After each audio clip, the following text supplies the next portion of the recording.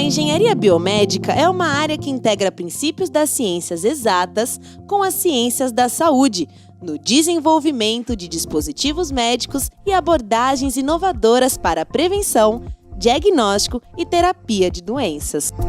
No Brasil, mais de 160 milhões de pessoas dependem exclusivamente do nosso Sistema Único de Saúde, o que faz do SUS o maior e mais complexo sistema público de saúde do mundo, atuando desde a atenção e prevenção primária até procedimentos altamente sofisticados. O SUS garante o acesso integral, gratuito e universal para todos os brasileiros. Por isso, a Sociedade Brasileira de Engenharia Biomédica e a Boston Scientific uniram forças para valorizar inovações em engenharia biomédica que possam contribuir com o SUS e transformar a vida destes milhões de brasileiros. Com o apoio do Ministério da Saúde e do Ministério de Ciência, Tecnologia e Inovações, criamos o Prêmio de Inovação em Engenharia Biomédica para o SUS. Todo ano, vamos incentivar alunos, pesquisadores e profissionais das áreas de engenharia biomédica e tecnologias em saúde a desenvolverem trabalhos voltados a oferecer soluções para a saúde pública brasileira. Participe desta iniciativa para colaborar com uma das maiores conquistas de todos os brasileiros, o nosso SUS. Prêmio de Inovação em Engenharia Biomédica para o SUS. Quem inova para transformar vidas merece um prêmio.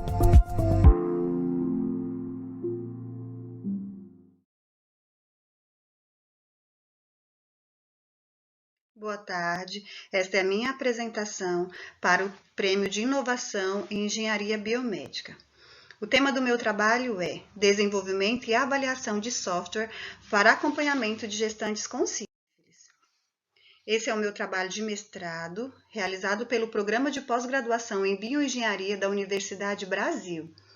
Eu sou a mestre Glaucia Vanderlei Santos Marcos e a minha orientadora é a professora doutora Alessandra Baptista e o meu co-orientador é o professor Daniel Magalhães. É com muita honra que represento a Universidade Brasil e é muito gratificante estar participando de uma premiação tão importante a nível internacional e nacional. Ficamos muito felizes com o prêmio porque é uma forma de reconhecimento do trabalho que realizamos. A sífilis é uma infecção sexualmente transmissível, causada pela bactéria Treponema pálido. O gênero humano é o único hospedeiro desta bactéria, que pode ser transmitida congenitamente ou durante o ato sexual, através de microtraumas em qualquer mucosa corporal. Sífilis gestacional é um problema de saúde pública no mundo. Estima-se que cerca de 2 milhões de mulheres grávidas apresentam infecção ativa a cada ano e menos de 10% são diagnosticadas e tratadas. A infecção pode ser controlada por meio de ações e medidas eficazes de saúde pública. Apesar de apresentar testes diagnósticos sensíveis e tratamento efetivo de baixo custo, a sífilis ainda é considerada um importante problema de saúde pública mundial, não só pelo aumento crescente dos casos na população em geral, mas também em gestantes, uma vez que nessa situação a infecção pode ser transmitida ao feto com graves implicações clínicas. Vivemos um momento de crescimento tecnológico. O digital está cada vez presente no cotidiano de todos. As inovações digitais têm impactado nossa vida e cada vez mais buscamos por avanços em tecnologia para implantarmos em nosso cotidiano, inclusive nas instituições de saúde, alcançando grandes proporções pela crescente pressão da demanda e universalização do acesso à saúde. Atualmente, há um movimento crescente em aplicativos móveis que colaboram para a construção de uma nova modalidade de assistência à saúde, pois podem diminuir ou evitar deslocamentos, reduzir as demandas na rede de saúde, minimizar agravamentos devido à falta de suporte terapêutico.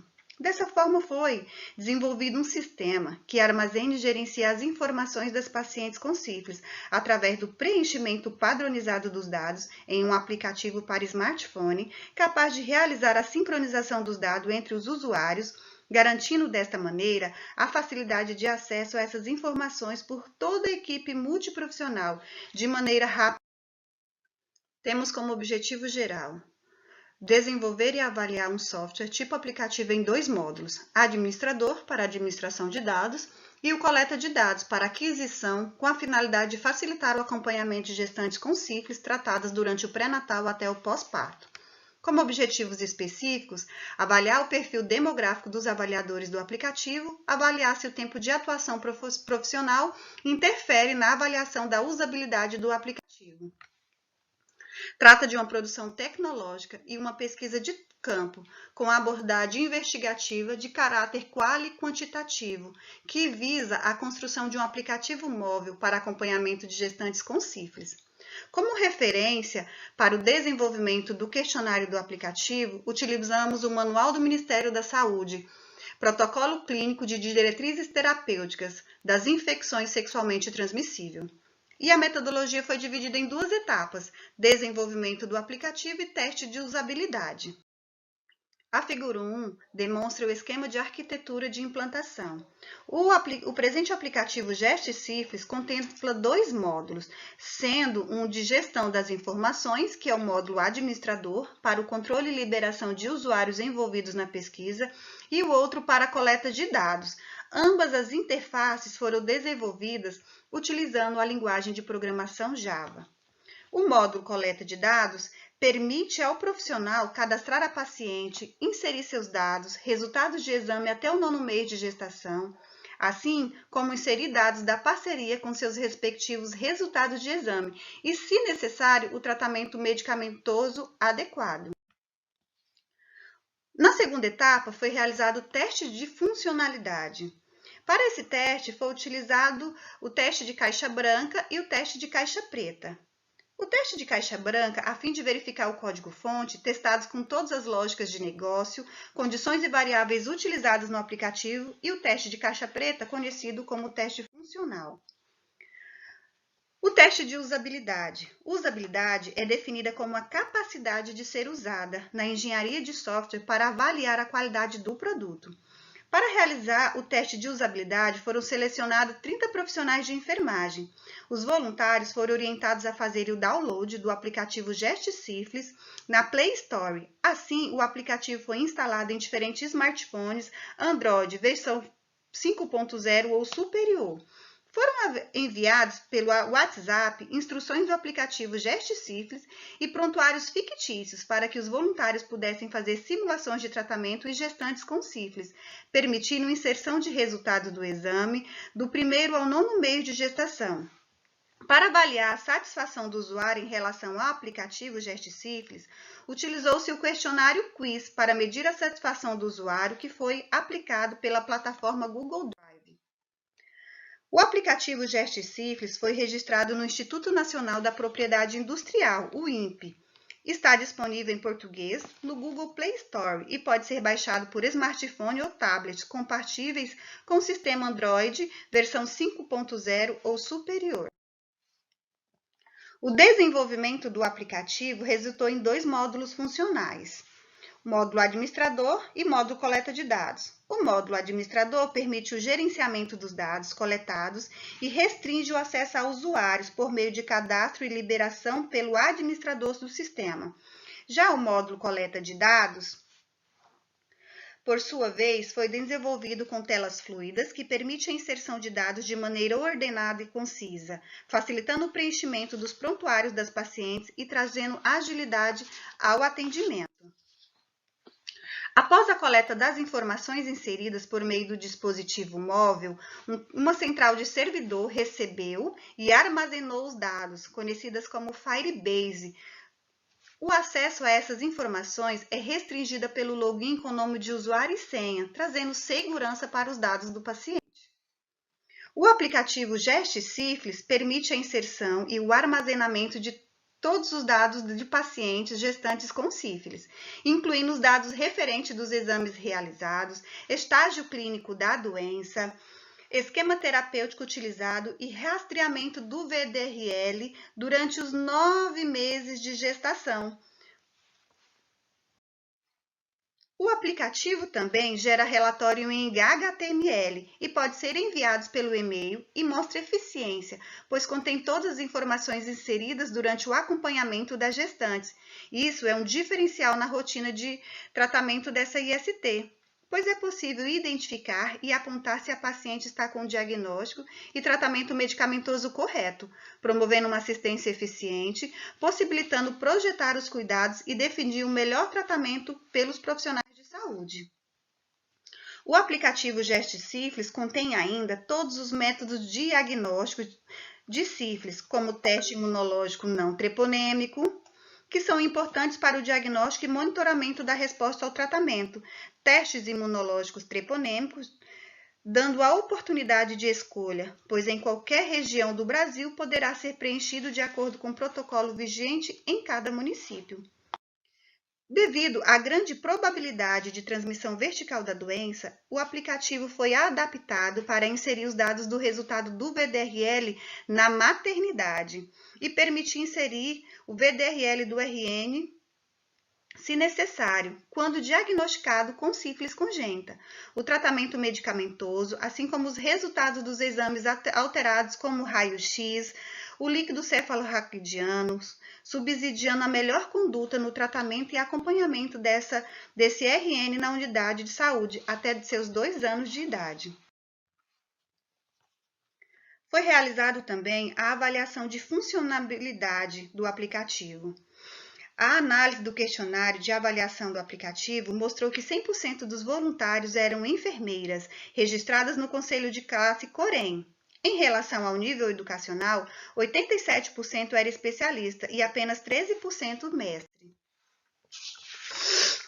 O tempo de atuação profissional também foi avaliado e variou entre de 1 a 2 anos em 52%, de 5 a 10 anos em 26% e 11 a 20 anos 13%.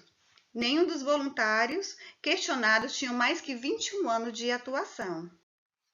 Na tabela 1, mostra o perfil demográfico dos avaliadores do aplicativo GestSífilis.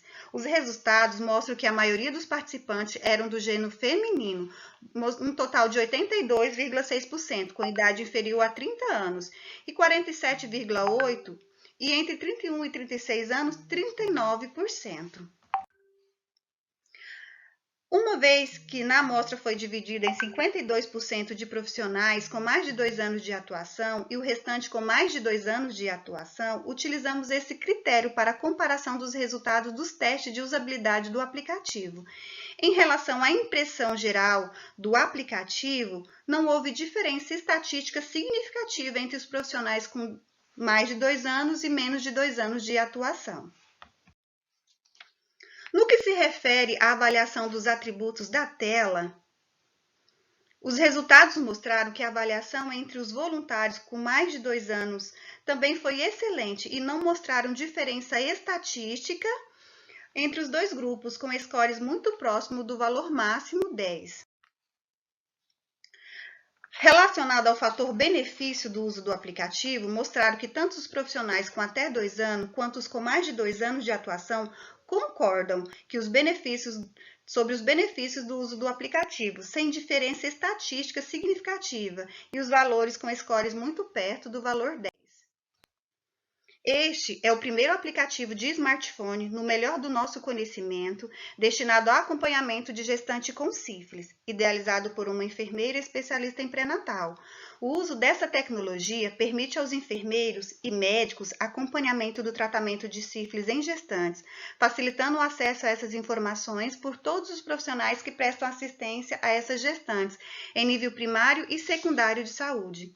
Ter acesso às informações inseridas no dispositivo móvel a qualquer momento podem evitar que o profissional tenha apenas as informações contidas na caderneta da gestante, que muitas vezes são incompletas, comprometendo assim condutas no pós-parto, tanto para a puérpera quanto para o recém-nascido. Muito obrigada.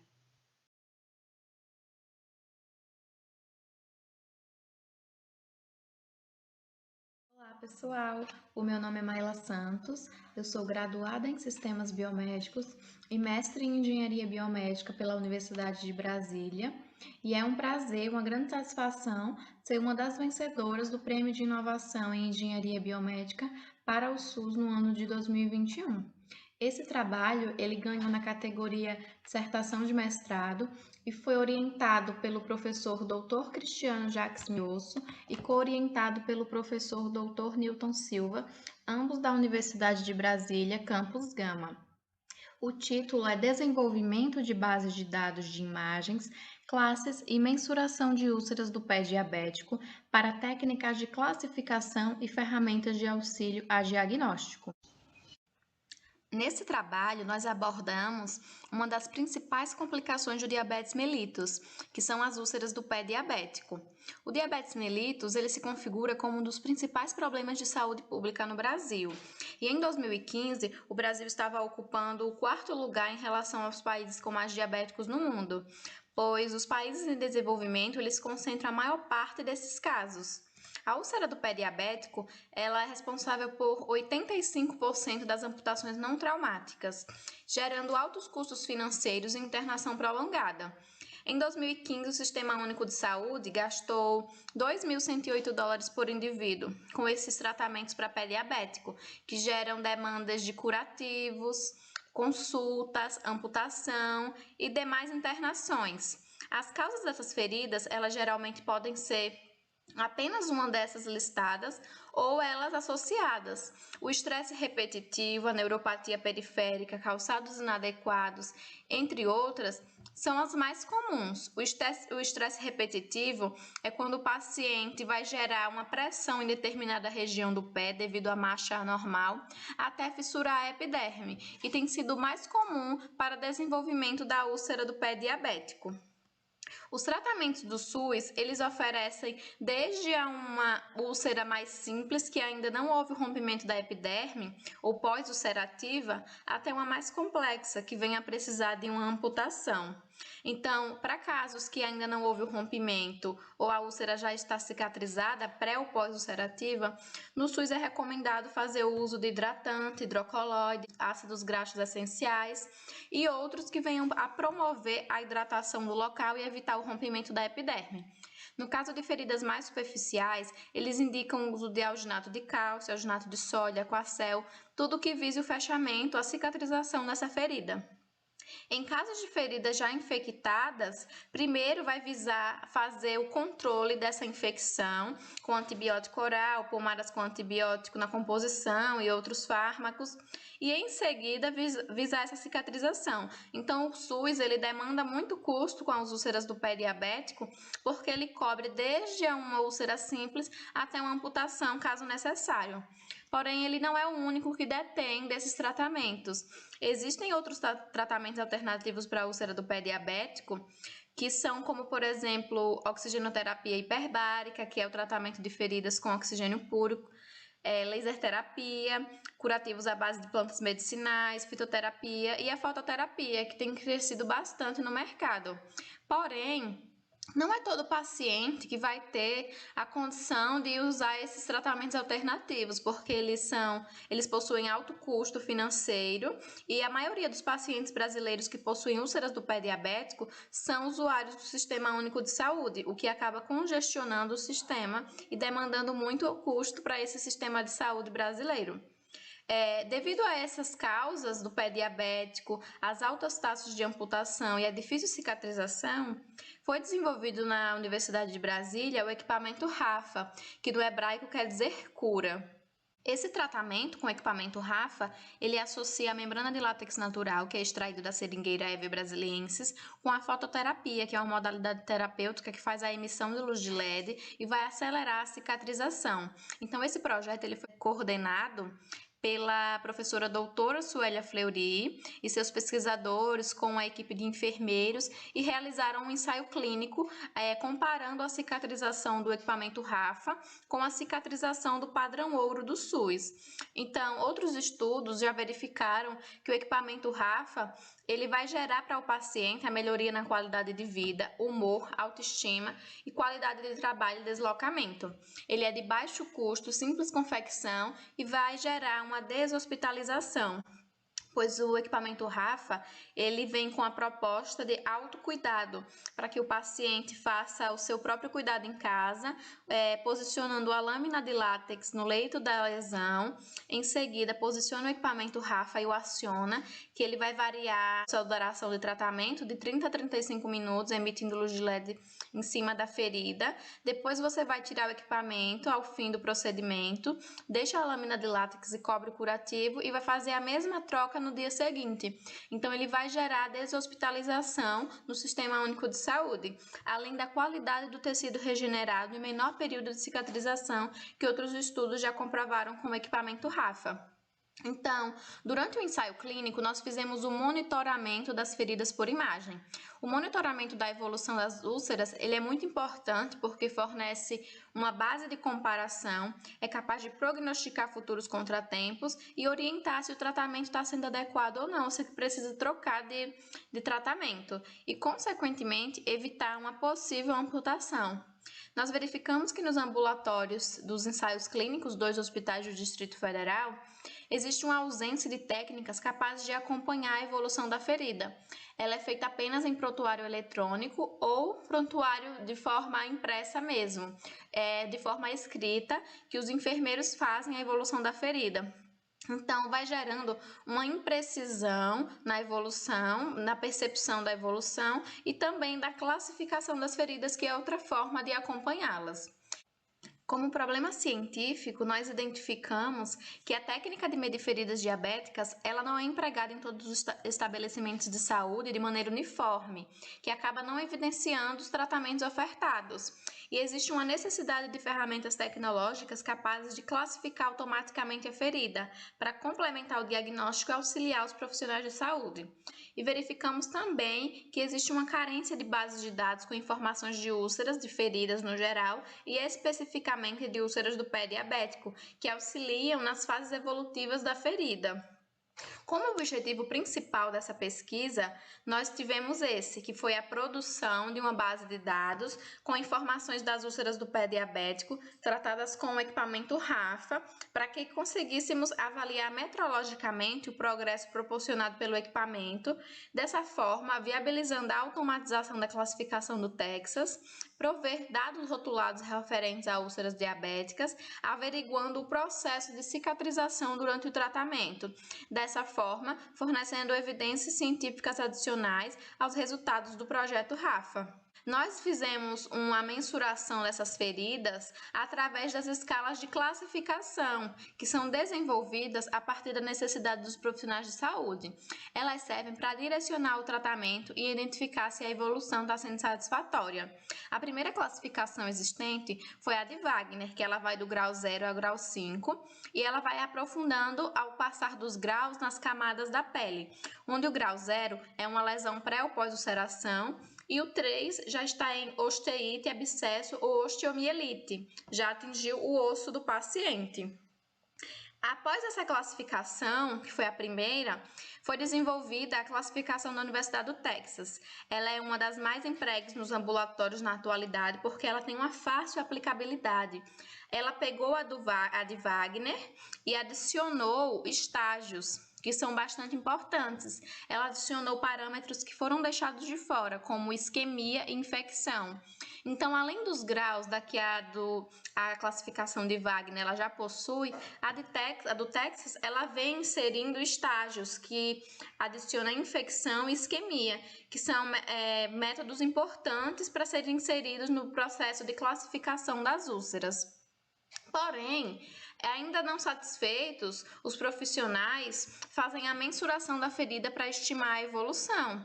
E aí foi desenvolvido a classificação SAD, que além dos outros aspectos já realizados por Wagner e pela classificação do Texas, ela vem a inserir a área, porque a metrologia na saúde tem crescido bastante. Então, a área é uma forma de verificar o progresso dessa ferida. Então, essa classificação de SAD, ela leva em conta a área, da inervação e outros aspectos da lesão. Mas, devido à fácil aplicabilidade, a do Texas ainda é a mais utilizada nos ambulatórios de saúde. A mensuração de ferida, realizada por essa classificação de SAD, ela pode ser uma medição invasiva e uma medição não invasiva. Neste trabalho, nós fizemos a medição invasiva. Ela é considerada padrão ouro para feridas planas. Porém, ela pode ter alguns pontos negativos, que é a possibilidade de infecção, a possibilidade do paciente vir a sentir dor devido à sensibilidade, dependendo do local da ferida também ela pode ser inviável. E se o paciente tiver com a ferida dolorosa, vai se tornar inviável. A medição não invasiva, ela geralmente é feita por imagens digitais, softwares, e ela tem a vantagem de que não gera contato com o paciente e ele se sente confortável ao realizar o procedimento, já que não tem contato e também não vai gerar contaminação. Porém, a depender do software, da calibração, ela pode gerar dados enviesados, pode não ser tão confiável. Então, a medição invasiva e a não invasiva, as duas possuem prós e contras, e o profissional de saúde que vai se adaptar ao melhor método e a melhor forma de medir a ferida de seus pacientes. Como metodologia nessa pesquisa, nós iniciamos a preparação de materiais e dos participantes da pesquisa. Adaptamos um gabarito para medição invasiva de um que já é comercializado fora do Brasil, o EasyGraph. Então, fizemos a adaptação desse gabarito, imprimimos em transparência, como mostrado na tela do lado direito, esse gabarito, ele faz a aquisição das informações que vão compor a base de dados, que é a classificação da ferida, comprimento, se tem exsudato, tipo de tecido, e também a área da lesão nesse traçado. E, por fim, a aquisição das imagens após fazer toda essa coleta. Nós verificamos 2 grupos em nosso estudo, que foi o grupo controle que usava o padrão ouro do SUS, o protocolo para tratamento da lesão, e o grupo experimental que usava o equipamento RAFA. Esse estudo ele tem a aprovação do Comitê de Ética e o nosso protocolo nos ambulatórios seguia essa sequência: a limpeza da úlcera, a mensuração invasiva da ferida, a avaliação profissional dos aspectos da lesão, a classificação do Texas, que foi adotada nesse estudo, e, por fim, um registro fotográfico. Tudo isso com o auxílio do profissional do enfermeiro responsável do ambulatório. Em nossa base de dados, nós fizemos um diretório com imagens originais e um diretório com imagens segmentadas. Nós sempre procurávamos manter, no momento da aquisição das imagens, a originalidade do cenário do ambulatório. E essas segmentadas, elas foram separadas para auxiliar em futuros estudos de segmentação de imagens. Para fazer um cegamento e também para preservar a identidade dos pacientes, nós fizemos códigos para cada um deles, que ia representar o grupo que o paciente pertence, o número do paciente e o número da ferida, porque tinha pacientes que possuíam mais de uma lesão. Então, como resultados preliminares, nós trouxemos a medição invasiva, considerada padrão ouro para feridas planas, fizemos testes em manequins e observamos sim que essa medição invasiva ela pode ser considerada padrão ouro para feridas planas, pois com os testes que realizamos, a área foi totalmente satisfatória e verificamos apenas a dificuldade no caso dos pacientes do grupo experimental que possuíam feridas em regiões anatômicas difíceis. Feridas nos dedos, por exemplo, a medição invasiva se torna um pouco inviável, vai gerar um viés naquela medida, na área total da lesão. E o uso do gabarito, ele foi feito semanalmente e podemos visualizar a diminuição da lesão com esse gabarito. Quando comparado às imagens originais, verificamos sim a diminuição da ferida, dessa ferida que estava com uma difícil cicatrização quando tratada com o padrão ouro do SUS, e com o RAFA ela veio a ter uma evolução em semanas, já que a úlcera do pé diabético tem uma cicatrização bem lenta. Então, nós comparamos os gabaritos e verificamos que a área para feridas planas ela tem conformidade. Outra técnica que verificamos que o equipamento RAFA ele pode cobrir é também as lesões pré e pós-ulceração. Ele gera uma hidratação no local da lesão que vem a evitar um novo rompimento ou então a romper pela primeira vez. Então, ele tem uma ação positiva para lesões pré ou pós-ulceração. A nossa base de dados foi entregue com 3 grupos, contendo 267 fotos no primeiro, 242 no segundo e 1.262 imagens no terceiro grupo. Aqui está um exemplo da nossa tabela alimentada de informações, que tem todas as características das lesões, borda, imagem, a idade do paciente, o sexo, a altura e demais informações que compõem a base de dados desenvolvida. Essa pesquisa ela vem a preencher as lacunas no âmbito acadêmico no que diz respeito a feridas no geral e também a úlceras do pé diabético, pois na literatura que nós fizemos a investigação não encontramos bancos de dados com essas imagens de úlceras do pé diabético. E essa base de dados desenvolvida ela será capaz de alimentar demais pesquisas sobre feridas e obter avanços nessa área, possibilitando a automatização da classificação do Texas, que é um processo repetitivo realizado pelos profissionais de saúde. Além disso, nós conseguimos destacar e ajudamos a validar o equipamento RAFA, expondo seus resultados.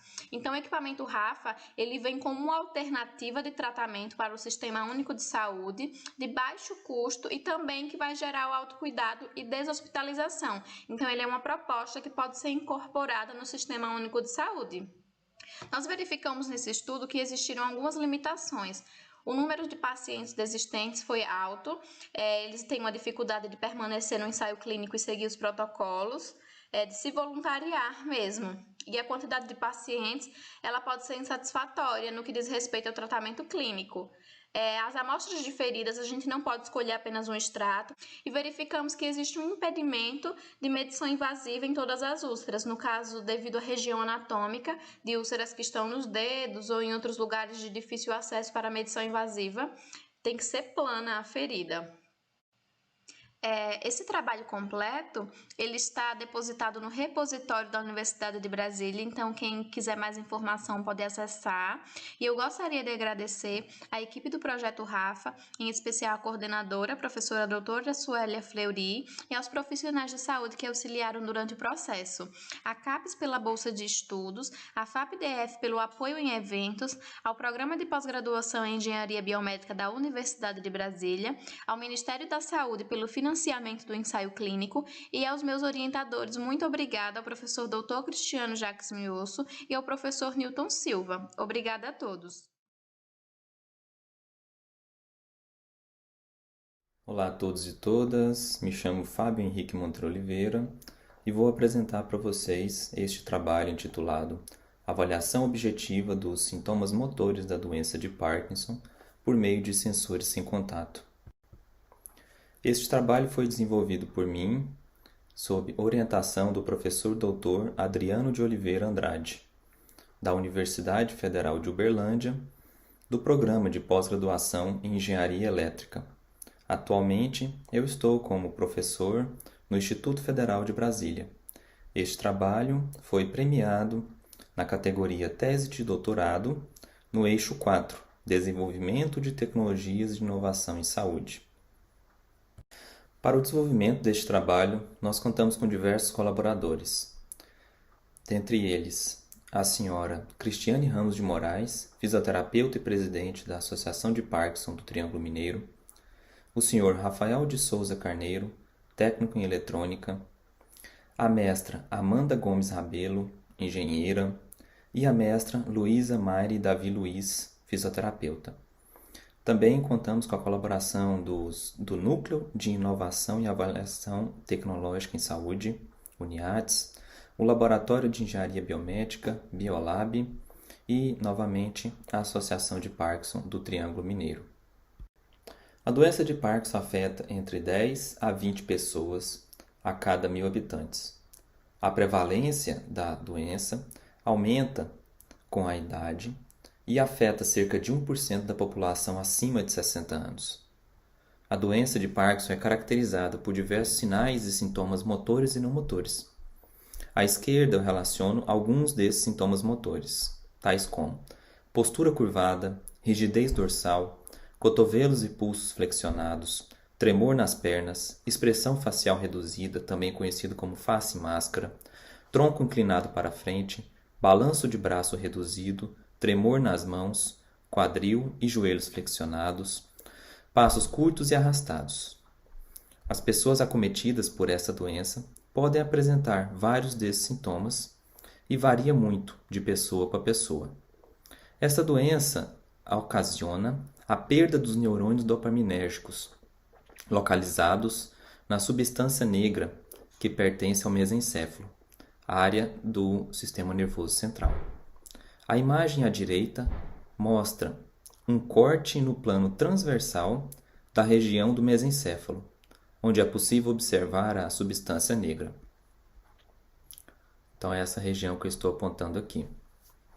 Em cima temos o exemplo de um indivíduo sem Parkinson e embaixo de um indivíduo com Parkinson. É possível observar que a região da substância negra possui coloração diferente. Isso se dá pela degeneração, ou seja, a morte, de neurônios que produzem dopamina, que é um neurotransmissor que, dentre outras funções, é responsável pela regulação do humor e estresse, controle de funções motoras e etc. O custo anual per capita ocasionado pela doença de Parkinson, de forma direta e indireta, varia de país para país, de região para região. Aqui nessa imagem eu relaciono alguns exemplos. Nos Estados Unidos e na Europa, gasta-se aproximadamente R$ 91.000 por ano por cada pessoa acometida pela doença de Parkinson. Já no Brasil, gasta-se aproximadamente R$ 24.000 por ano por cada pessoa acometida pela doença de Parkinson. Já na Austrália, gasta-se aproximadamente R$ 83.000 por ano por cada pessoa acometida pela doença de Parkinson. Bem, dito isso, vários são os desafios relacionados ao diagnóstico, prognóstico e acompanhamento desta doença. Um dos instrumentos utilizados para o acompanhamento é a Escala Unificada de Avaliação da Doença de Parkinson, que se trata de um questionário dividido em partes e permite ao profissional da saúde avaliar o estado do paciente. Contudo, há uma carência muito grande por instrumentos objetivos para auxiliar na avaliação da doença de Parkinson em diversas situações. Por exemplo, o tratamento se inicia por meio de medicamentos e pode progredir para o implante de eletrodos para estimulação do cérebro. Nesse contexto, dúvidas como qual medicamento mais adequado, qual a dose que pode ser ou não otimizada, quais os parâmetros no caso do uso, de um eletrodo para estimulação cerebral, questões como o tempo útil da bateria. Então, vários são os problemas, várias são as situações em que instrumentos objetivos podem ser utilizados para medir os sinais e sintomas dessa doença. Aqui nós temos o exemplo de uma atividade motora comumente utilizada para avaliação da doença de Parkinson. Do lado direito nós temos um indivíduo diagnosticado com Parkinson. Aqui nós temos um outro indivíduo também diagnosticado com Parkinson, que vai realizar essa mesma atividade nesse pequeno vídeo. E aqui nós temos um indivíduo rígido, que não possui a doença de Parkinson.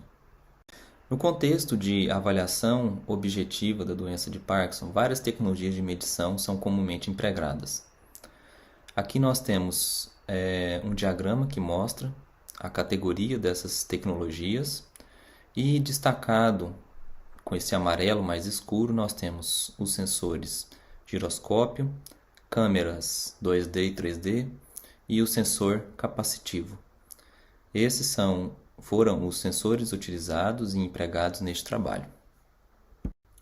Esse trabalho teve então por objetivo preencher as seguintes lacunas de pesquisa: prover um sistema em que não houvesse a irritação da pele de pacientes, que estivesse mais imune à interferência pela movimentação de cabos, que não necessitasse de um cuidado especial para a fixação de sensores e que também fosse portátil. Levando em conta os requisitos apontados, essa imagem ilustra a ideia conceitual do sistema proposto. Primeiro nós temos o paciente com a doença de Parkinson, com o seu braço apoiado, de forma a permitir a movimentação da mão, realizando movimentos, e esses movimentos, por sua vez, serão capturados por um dispositivo customizado com sensores embutidos, o profissional da saúde poderá avaliar a doença de Parkinson por meio da quantificação do comportamento motor. Para o desenvolvimento desta pesquisa, a seguinte metodologia foi empregada. Primeiro, 2 diferentes sensores sem contato foram experimentalmente avaliados. Segundo, características foram extraídas para avaliar técnicas de visualização e classificação de dados de sinais inerciais e fisiológicos, de um conjunto de movimentos usados para o diagnóstico e acompanhamento da doença de Parkinson. E terceiro, experimentos foram conduzidos utilizando o sistema sem contato proposto, apelidado de NCC System. Te convido a conferir a metodologia na íntegra no texto da minha tese. O sensor capacitivo sem contato empregado neste trabalho foi o PS25454, produzido pela empresa Plessey, da Inglaterra. Esse sensor tem um funcionamento conforme as seguintes imagens, que eu vou ilustrar. Nós temos então uma mão posicionada a aproximadamente 10 cm do sensor e em cima nós temos um sinal de saída quando a mão está parada. Se a mão for movimentada de acordo com a trajetória 1 e movimentada novamente para a posição original de acordo com a trajetória 2, é possível perceber no sinal acima uma alteração na amplitude. De forma semelhante, se a mão se distanciar pela trajetória 1 e retornar à posição original pela trajetória 2, também é possível observar uma alteração na amplitude conforme o sinal ilustrado acima. Para a condução dos experimentos, um protótipo foi desenvolvido para permitir o uso dos sensores capacitivos sem contato. Esse protótipo teve a sua patente requerida em 27 de nove de 2018.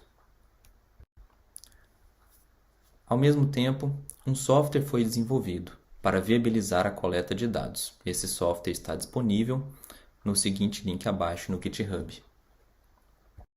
Bem, nessa parte do trabalho foram realizados experimentos com a máquina para investigar o comportamento do sensor quando diferentes deslocamentos eram realizados e o resultado foi um comportamento bem linear, conforme ilustrado no gráfico à direita, em que quanto maior o deslocamento em uma mesma janela de tempo, maior foi o pico de resposta do sensor, uma relação diretamente proporcional. Aqui no setup do experimento, nós podemos observar uma mão de manequim, em formato e tamanho semelhante à mão humana.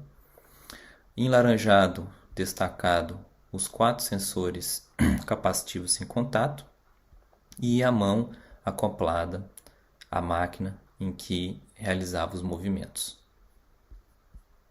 Após a etapa de validação e calibração, uma série de experimentos foi realizada com seres humanos. Vale ressaltar que este estudo foi aprovado pelo Comitê de Ética em Pesquisa. 30 voluntários acometidos pela doença de Parkinson e 27 voluntários do grupo controle participaram deste estudo, e eles foram pareados em termos de idade e sexo. As atividades realizadas foram pose contra a gravidade, abdução, adução, flexão e extensão, sendo que da atividade 2 à atividade 15, teve uma série com 5 repetições de cada atividade e uma outra série com 15 repetições de cada atividade. À direita nós temos a configuração do experimento. A mão do voluntário se encontra centralizada. Nós temos os sensores capacitivos sem contato, 2 pares, e no dorso da mão, sensores inerciais, utilizados para comparação e validação. Aqui nós temos um vídeo ilustrando o experimento. À esquerda nós temos um indivíduo com Parkinson realizando as atividades e à direita um indivíduo sem Parkinson realizando as mesmas atividades. Os resultados foram que, com o sensor capacitivo sem contato, foi possível distinguir movimentos realizados entre indivíduos com e sem a doença de Parkinson, tão bem quanto o giroscópio. Vale ressaltar que o giroscópio é considerado um padrão ouro para a quantificação de movimento, em especial movimentos realizados pela mão.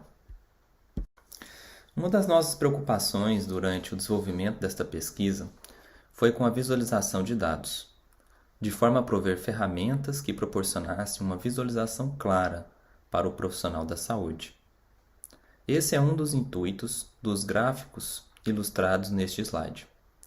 No gráfico C, por exemplo, é possível observar a classificação e agrupamento de diferentes indivíduos, sem a doença de Parkinson, com a doença e tratamento com medicamentos e com a doença e tratamento via estimulação profunda do cérebro. Com essa ferramenta, por exemplo, seria possível acompanhar de forma objetiva e visual o comportamento motor de indivíduos em um tratamento. Bem, de acordo com a literatura, entre 7 a 30% dos diagnósticos por especialistas são incorretos, e entre 24 a 35% dos diagnósticos por não especialistas são incorretos para a doença de Parkinson. À esquerda é possível observar o gráfico da taxa de sucesso em um cenário real do conjunto de ferramentas desenvolvidas nessa pesquisa. A taxa de sucesso na classificação da doença de Parkinson variou entre 70% a 85%. Ou seja, o sistema demonstrou que é possível ter um diagnóstico suportado pelo computador com uma taxa de acerto em alguns casos maior que os profissionais especialistas. Para finalizar, gostaria de citar o médico e pesquisador britânico James Parkinson em seu livro An Essay on the Shaking Palsy. Tão pequenas e quase imperceptíveis são as primeiras incursões dessa doença, e é extremamente lento o seu progresso, que raramente o paciente pode se lembrar do período preciso de seu início. E complementar dizendo que esta pesquisa focou no estudo e avaliação das capacidades motoras relacionadas à doença de Parkinson, mas sabemos que essa é uma doença complexa, multidimensional e que várias são as capacidades não motoras também deterioradas por ela. É muito importante que as pesquisas continuem para que os pacientes e suas famílias possam ter mais qualidade de vida. E mais que as pesquisas, que essas tecnologias e conhecimentos sejam materializados para a sociedade de fato. E o SUS é um excelente vetor para isso.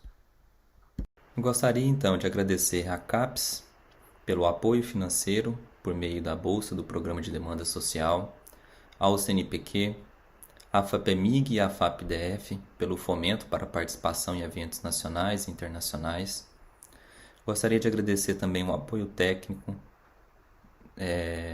que eu recebi por meio do Núcleo de Inovação e Avaliação Tecnológica em Saúde, NIATS, que é um grupo liderado pelo professor Adriano Andrade, que vem trabalhando com pesquisas na área da doença de Parkinson há mais de 20 anos. Agradeço também o apoio da Associação de Parkinson do Triângulo, liderada pela fisioterapeuta Cristiane de Moraes, que oferece fisioterapia, dentre outras atividades, de forma gratuita a pacientes com a doença de Parkinson, e também ao Biolab, Laboratório de Engenharia Biomédica, grupo liderado pelo professor Alcimar, pelo apoio técnico e científico. Muito obrigado. Deixo aqui então o meu contato e o contato do professor Adriano para esclarecimentos ou qualquer outra necessidade. Até mais.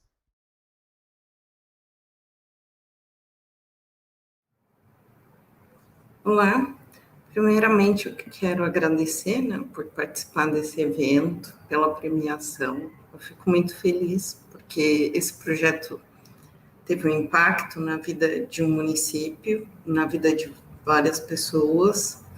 E isso foi possível somente porque houve uma união multidisciplinar, entre a equipe médica, a equipe de radiologia e o projeto da Marie. Então, vou falar um pouco desse projeto. A Marie é um modelo computacional inteligente para sugestão de diagnóstico de COVID e outras patologias pulmonares. Bom, ele é um projeto independente que eu realizei no meu pós-doutoramento. Ele ganhou o prêmio na categoria Relato de Experiência. Foi desenvolvido na Universidade de São Paulo, junto com um centro de pesquisa que eu tenho criado, que é a BIV. Meu nome é Paula Santos, e eu quero também agradecer o município de Itapeva em especial a Valdirene Bento, que foi a técnica que a gente sempre desenvolveu, conversamos, e o algoritmo teve vários ajustes nesse processo e foi extremamente importante no município. Bom, na primeira etapa, para o desenvolvimento desse projeto, eu fui observar o número de aparelhos de raio-x no Brasil, né, e essa dispersão. Uma coisa que ficou muito evidente para mim é que o aparelho de raio-x no setor público, ele tem muito mais regiões do Brasil do que o tomógrafo. E por que isso é importante? Porque isso ia direcionar a minha pesquisa. Então, o que acontece? A ideia era que municípios que não tivessem alta tecnologia pudessem ter acesso a esse tipo de apoio de diagnóstico. Então, eu optei para trabalhar com exames de imagens de raio-x. Numa segunda etapa, eu comecei a observar as diferentes patologias mais presentes no Brasil. Então, tinha a Covid, né, que era a pandemia, a dengue, malária, estreptococos e tuberculose. Por quê? Porque essas patologias, elas têm algumas semelhanças, mas também têm pequenas diferenças. E foi dessa forma que eu consegui ajustar o algoritmo. Então, ele fazia uma composição, ele encontrava esses padrões de efusão pleural, opacidade, edema, na imagem de raio-x, e logo ele fazia um índice, né, que variava de 1 a 10 para cada um dessas alterações, e no final ele compunha um índice de conformidade. E aí, com esse índice, ele indicava se era Covid, dengue, malária, estreptococos ou tuberculose. Bom, depois desse estudo, né, que foi uma revisão bibliográfica com mais de 5.000 artigos, eu consegui ter uma visão ampla de como que seria a divisão entre os grupos. Então, existe um grupo de pacientes sem alteração, certo? Tinha um primeiro grupo de pneumonia, que era tuberculose e estreptococos, um segundo grupo, que era malária e dengue, e um terceiro grupo, que era Covid-19.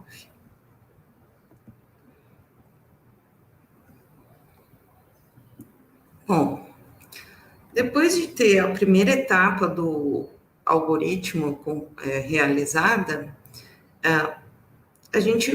eu fiz a plataforma, né? Como que esse médico iria acessar? Então, poderia ser tanto pelo notebook quanto pelo celular.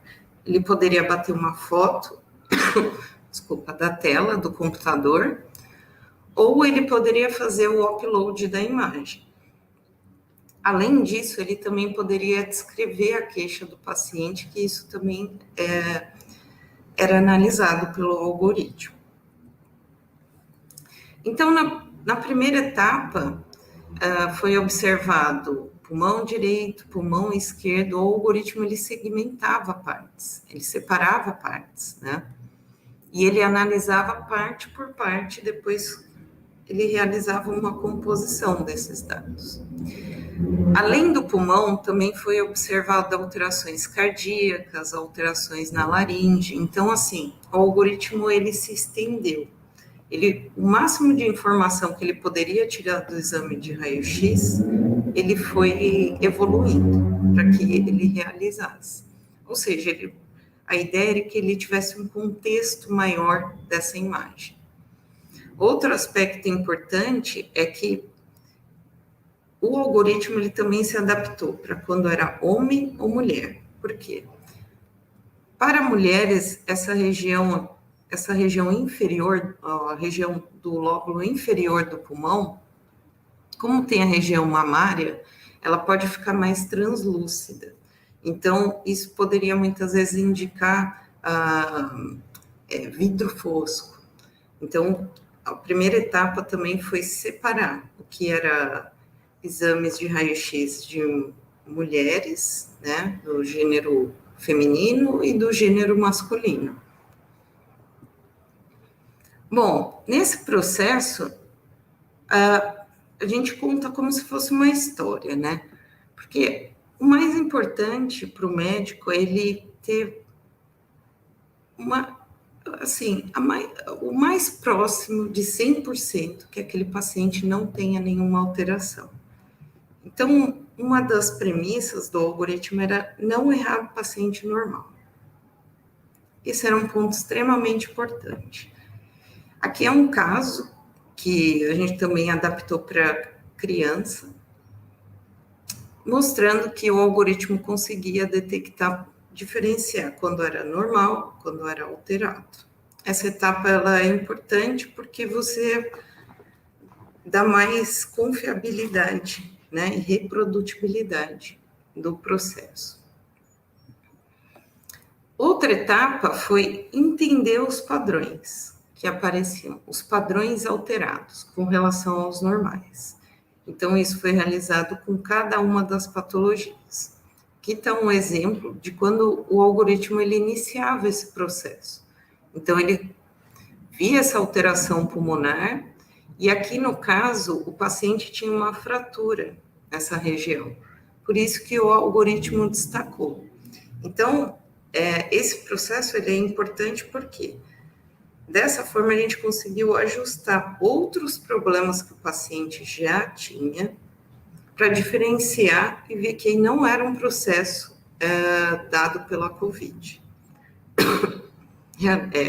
Desencadeado, né, pela COVID-19. Conforme esse algoritmo foi evoluindo e a gente tinha os resultados de PCR e eles corroboravam com o que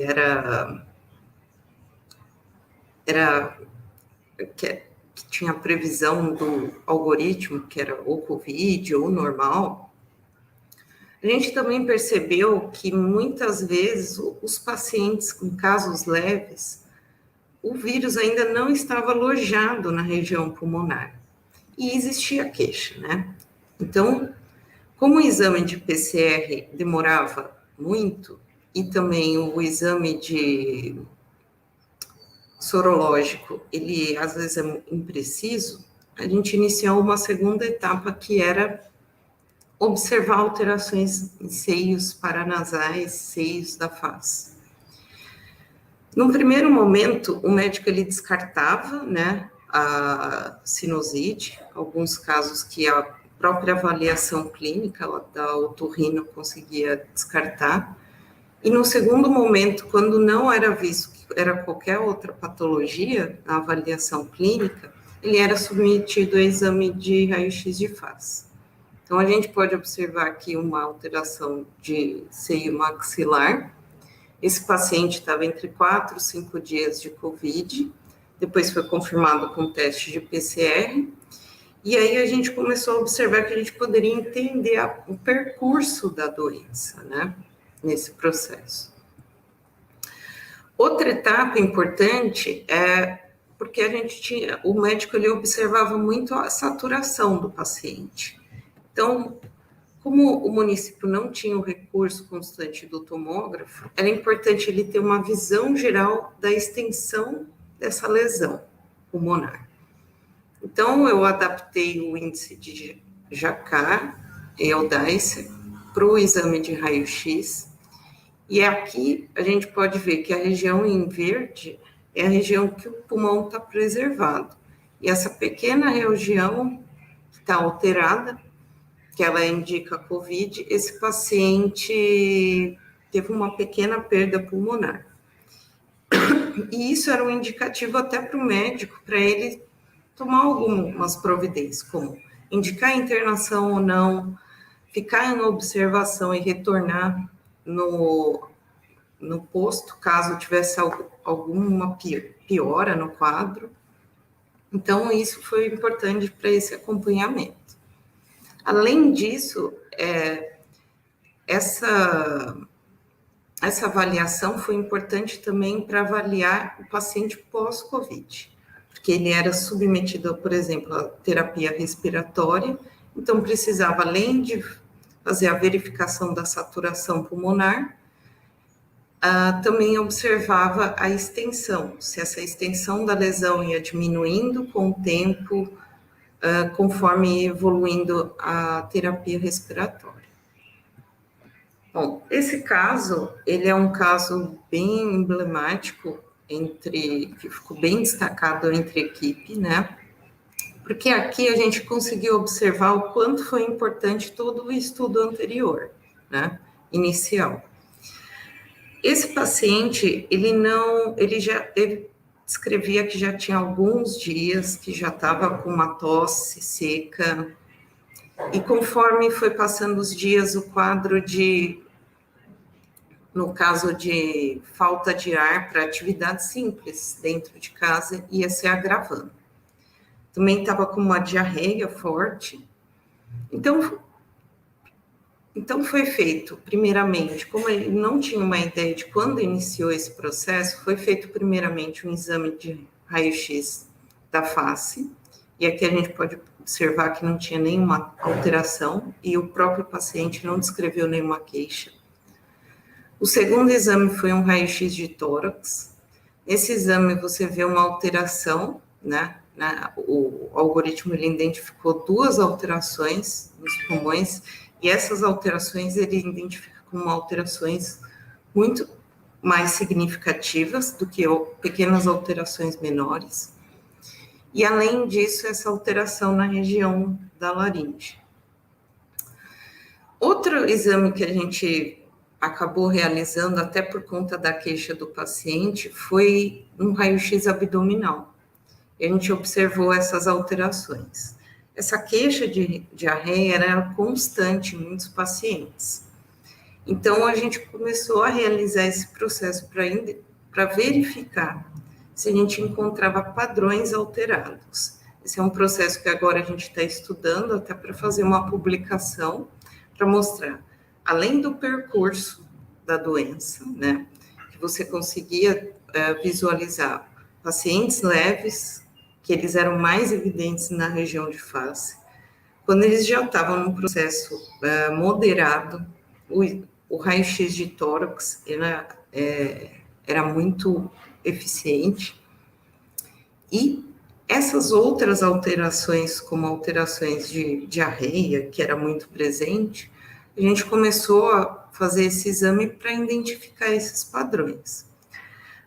Um processo importante é que toda vez que o médico observava as queixas do paciente, ele já indicava 2 ou 3 exames. Por quê? O exame de PCR demorava para chegar, primeiro ponto. Segundo, que o exame sorológico, ele às vezes é impreciso. Então, o médico muitas vezes se sentia um pouco mais inseguro com o exame de imagem. Bom, esse projeto, ele continuou, a gente faz um acompanhamento dos pacientes pós-Covid, e esse processo é extremamente importante, porque a gente vai vendo a evolução do paciente, né, a evolução da condição pulmonar, uma redução, né, da falta de saturação e até mesmo a melhora da função pulmonar. Bom, esses foram 2 artigos que a gente acabou publicando em um congresso internacional. O primeiro foi da primeira etapa do modelo, e a segunda foi a avaliação, né, a validação do modelo, que tem muito mais casos do que aqui, e a gente descreve isso, e a gente agora pretende publicar muito mais dados que a gente conseguiu durante a pandemia.